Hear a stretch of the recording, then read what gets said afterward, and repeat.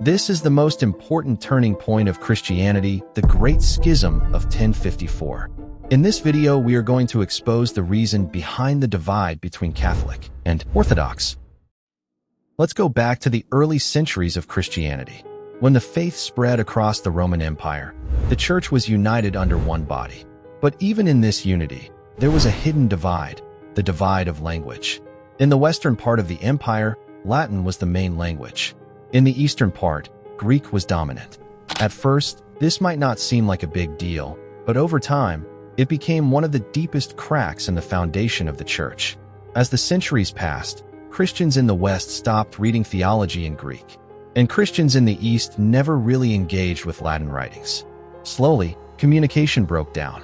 The two sides stopped understanding each other's ideas, and this language gap grew into a cultural and even theological barrier. But language wasn't the only problem.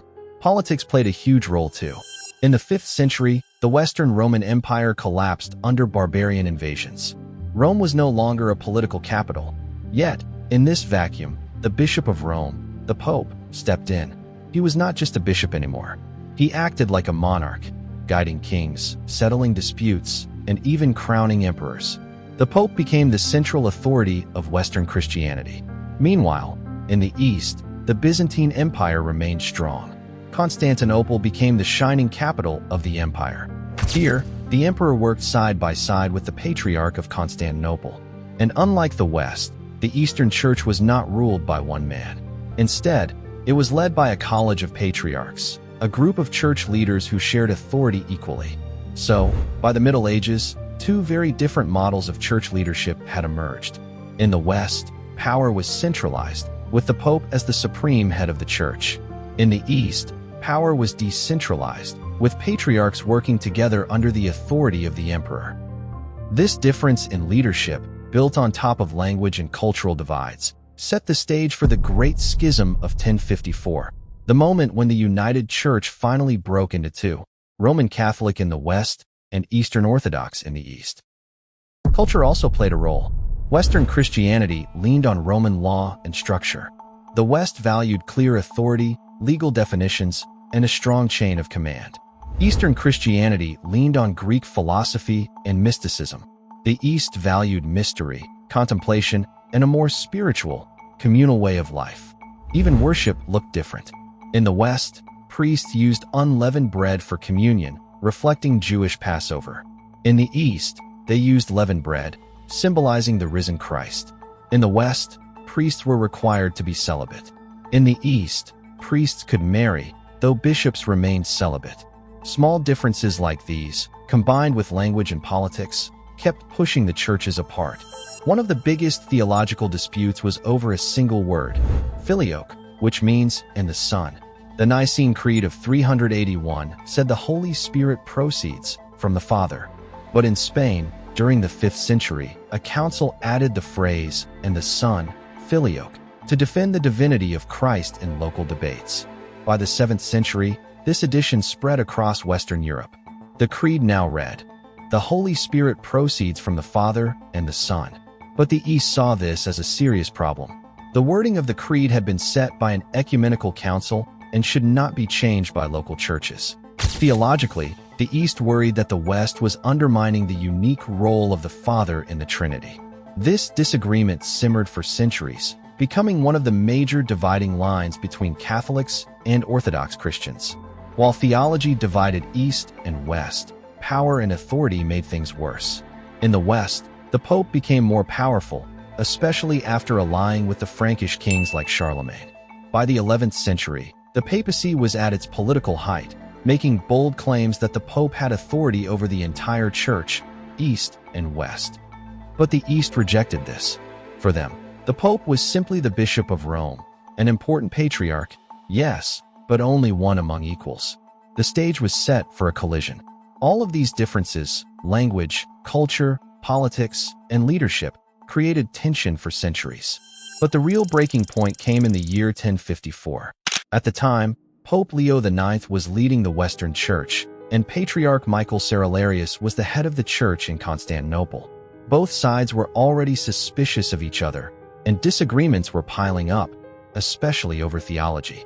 One of the biggest disputes was about the Nicene Creed, the statement of faith agreed upon by early Christians. Originally, the creed said that the Holy Spirit proceeds from the Father. But Western Christians had added an extra phrase, and the Son, also known as the Filioque clause. The East saw this as a huge problem. To them, the West had changed a sacred text approved by an ecumenical council, and they did it without asking the rest of the Church. For the East, this wasn't just about words, it was about authority. Who gave Rome the right to change the creed on its own?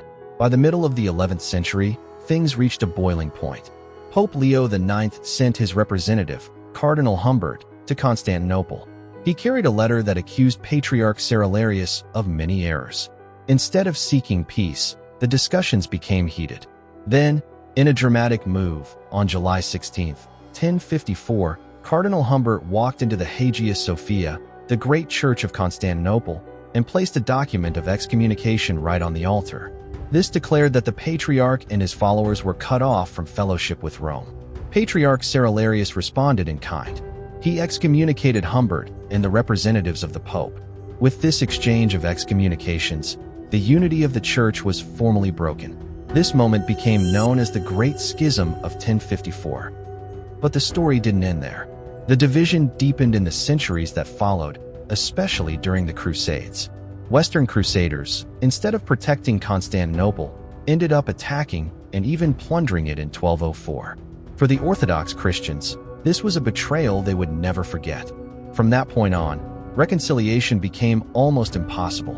And so, the Christian Church remained divided into two major branches: Roman Catholic in the West and Eastern Orthodox in the East. The schism left the Christian world permanently divided. The Roman Catholic Church grew strong in Western Europe, spreading into the Americas and beyond. The Eastern Orthodox Church remained in Eastern Europe, Russia, and the Middle East. The mutual excommunications of 1054 were not lifted until 1965, when Pope Paul VI and Patriarch Athenagoras I symbolically reconciled. But the two churches remain separate today, each holding firm to its identity. The Great Schism of 1054 wasn't caused by one bad meeting.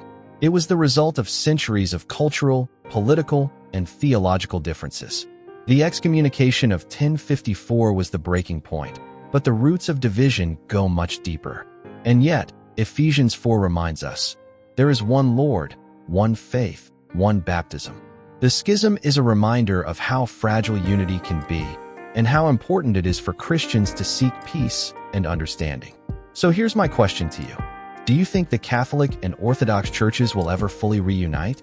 Drop your thoughts in the comments. And don't forget to like, share, and subscribe for more deep dives into Christian history here on The Gospel Voice.